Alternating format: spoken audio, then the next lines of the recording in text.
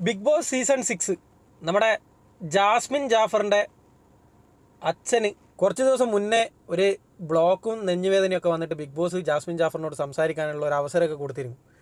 ഇന്ന് ജാസ്മിൻ ജാഫറിൻ്റെ ഫാദർക്ക് വീണ്ടും ഒരു 3-4 ബ്ലോക്കും അതുപോലെ തന്നെ ജാസ്മിൻ ജാഫറിനെ വിളിക്കാൻ വേണ്ടിയിട്ട് ബിഗ് ബോസിനോട് ഒരു റിക്വസ്റ്റും കാര്യങ്ങളൊക്കെ ചെയ്തിട്ടുണ്ട്. തീർച്ചയായിട്ടും ഇപ്പോൾ കുറച്ച് മണിക്കൂറുകൾക്കുള്ളിൽ തന്നെ ജാസ്മിൻ ജാഫറിനെ വിളിച്ചിട്ട് ഉപ്പയായിട്ട് സംസാരിക്കാനുള്ള ഒരു അവസരം ബിഗ് ബോസ് കൊടുക്കുമെന്നാണ് ഞാൻ പ്രതീക്ഷിക്കുന്നത്. കാരണം എന്താണെന്ന് വെച്ച് കഴിഞ്ഞാൽ അങ്ങനത്തെ കാര്യങ്ങളാണ് ജാസ്മിൻ ജാഫർ അതിൻ്റെ ഉള്ളിൽ ചെയ്തുകൊണ്ടിരിക്കുന്നത്. ഈ ഫാമിലിക്ക്, ജാസ്മിൻ ജാഫറിൻ്റെ ഫാമിലിക്ക് പുറത്തുനിന്ന് ഒന്നും പറയാൻ പറ്റാത്തൊരവസ്ഥയായി. അപ്പോൾ എന്ത് ചെയ്യുക, ഇടക്കിടക്ക് ബ്ലോക്കാക്കുക, ഇടക്കിടക്ക് വേറെ എന്തെങ്കിലും അസുഖങ്ങളാക്കിയിട്ട് ജാസ്മിൻ ജാഫറുമായിട്ട് ഇങ്ങനെ സംസാരിക്കാനുള്ള അവസരങ്ങൾ ഉണ്ടാക്കുക. ബിഗ് ബോസ് ആണെങ്കിൽ ഇതിന് വേണ്ടിയിട്ട് കൂട്ട് നിൽക്കുകയും ചെയ്യുക. എമ്മാതിരി പരിപാടിയാണ് ചെയ്യുന്നത്. അതിലുള്ള മറ്റുള്ള ആൾക്കാരൊക്കെ എന്താ മണ്ടന്മാരാണ്.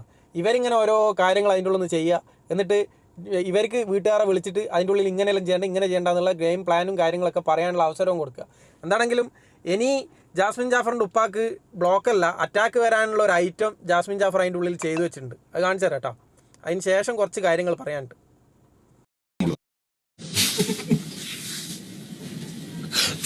എല്ലാവരുടെയും ശ്രദ്ധിക്കുക, ഡ്രസ് ചേഞ്ചിങ് റൂം അതിനുവേണ്ടി മാത്രമുള്ളതാണ്.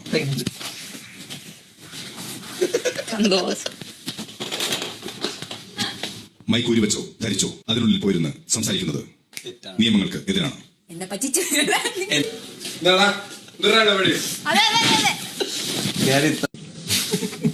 എങ്ങനെയുണ്ട്?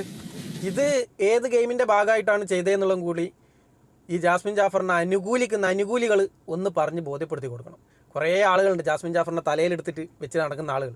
അവർ പറഞ്ഞ് മനസ്സിലാക്കണം ഈ ഗെയിം ഏതാ ഗെയിം എന്നുള്ളത്. ഡ്രസ്സിങ് റൂമിൻ്റെ ഉള്ളിൽ പോയിട്ട് ചങ്ങായി പുറത്തിരിക്കുക, പുറത്താണോ അകത്താണോ എന്നുള്ള കാര്യമൊന്നും നമുക്കറിയുന്നില്ല. ഇനി അകത്ത് പോകുന്ന സമയങ്ങൾ ഉണ്ടോ എന്നുള്ള കാര്യം അറിയില്ല, നമുക്കറിയാത്ത കാര്യമാണ്. പുറത്താണെങ്കിലും അകത്താണെങ്കിലും ചെയ്യുന്നത് ഏത് രീതിയിലുള്ള ഗെയിമാണ് എന്നുള്ള കാര്യം ഇവർ പറയണം.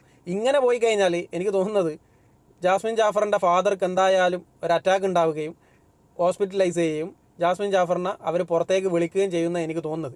ഈ പോക്കാണെങ്കിൽ ഇങ്ങനെയുള്ള പല രീതിയിലുള്ള കളികളും നടന്നിട്ടാണ് മുന്നേ ഒരു പ്രാവശ്യം ജാസ്മിൻ ജാഫറിൻ്റെ ഉപ്പ വിളിച്ചത്. എന്താണല്ലേ അവസ്ഥ? എൻ്റെ അഭിപ്രായത്തിൽ ഇവൾ കുറച്ച് നാൾ മുന്നേ പറഞ്ഞിരുന്നു എനിക്ക് പുറത്ത് ഒരുപാട് ആൺസുഹൃത്തുക്കളുണ്ട്, ഞാൻ എല്ലാ ആളുകളായിട്ട് ഭയങ്കര ഫ്രണ്ട്ഷിപ്പാണ് കാര്യങ്ങളാണ്. പക്ഷേ ഈ കളികളൊക്കെ കണ്ടിട്ട് ഇവൾക്ക് ഒരാൺ സുഹൃത്ത് പോലും ഇല്ല എന്നുള്ള രീതിയിലുള്ള കളികളാണ് കളിക്കുന്നത്. ആദ്യമായിട്ട് ഒരു ആൺസുഹൃത്തിനെ കിട്ടിയതായിട്ടുള്ള കളികളാണ് ജാസ്മിൻ ജാഫർ അതിൻ്റെ ഉള്ളിൽ ഇപ്പം കളിച്ചുകൊണ്ടിരിക്കുന്നത്. എന്നാൽ എനിക്ക് കാണുമ്പോൾ തോന്നുന്നത് കേട്ടോ.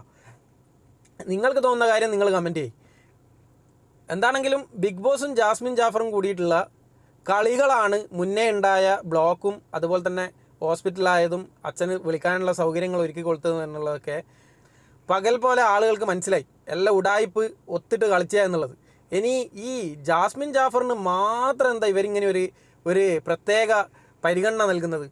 പുറത്തുള്ള ആളുകളോട് സംസാരിക്കാനുള്ള പരിഗണന നൽകുക, ഫോൺ വിളിക്കാനുള്ള പരിഗണന നൽകുക, ഗെയിം മാറ്റിക്കോ എന്നുള്ള പരിഗണന നൽകുക. എന്താ പരിപാടി? എന്താ ജാസ്മിൻ ജാഫർ ഇനി എന്തെങ്കിലും കാര്യമായിട്ട് കൊടുത്തിട്ടുണ്ടോ? കയറുന്നതിനെക്കാട്ടി മുന്നേ എന്നെ എങ്ങനെയെങ്കിലും ഈ കപ്പിലൊന്ന് എത്തിക്കണം എന്ന് പറഞ്ഞിട്ട് അല്ല, അതുപോലെയാണ് കാണുന്നത് നമുക്ക് തോന്നുന്നത്. എല്ലാ കാര്യങ്ങളിലും അവരെ സപ്പോർട്ട് ചെയ്തിട്ട് അവരെ എങ്ങനെയെങ്കിലും ഒരു ടോപ്പ് 5 എത്തിക്കാൻ വേണ്ടിയിട്ട് ഇവർ കനിഞ്ഞ് പരിശ്രമിക്കുന്നതായിട്ടുള്ളൊരു തോന്നൽ. പിന്നാന്ന് മോഹൻലാൽ വന്നിട്ട് അതിനെ ന്യായീകരിച്ചത് കണ്ടിട്ടില്ലേ?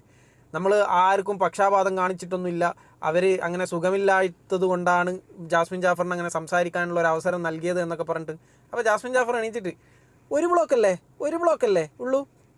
ഇതൊക്കെ കാണുന്നേരം തന്നെ തിന്നുന്ന ആളുകൾക്ക് മനസ്സിലാവും എന്താ സംഭവിച്ചുകൊണ്ടിരിക്കുന്ന കാര്യം.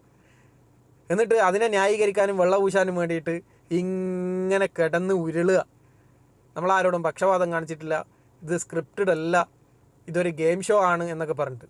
എന്നിട്ട് ഓരോ ആളുകൾ പുറത്തേക്ക് ഇറങ്ങുന്നേരോ, കഴിഞ്ഞ സീസണിലും ഈ സീസണിലും എല്ലാ സീസണിലും അങ്ങനെ തന്നെ പുറത്തേക്ക് ഇറങ്ങുന്നേരോ സോഷ്യൽ മീഡിയയിൽ പൊതുവേ ഇത് സ്ക്രിപ്റ്റഡ് ആണ് എന്നുള്ളൊരു സംസാരം ഉണ്ടല്ലോ. അപ്പോൾ ഓരോ ആളുകൾ പുറത്താകുമല്ലോ ഇതിനകത്ത്.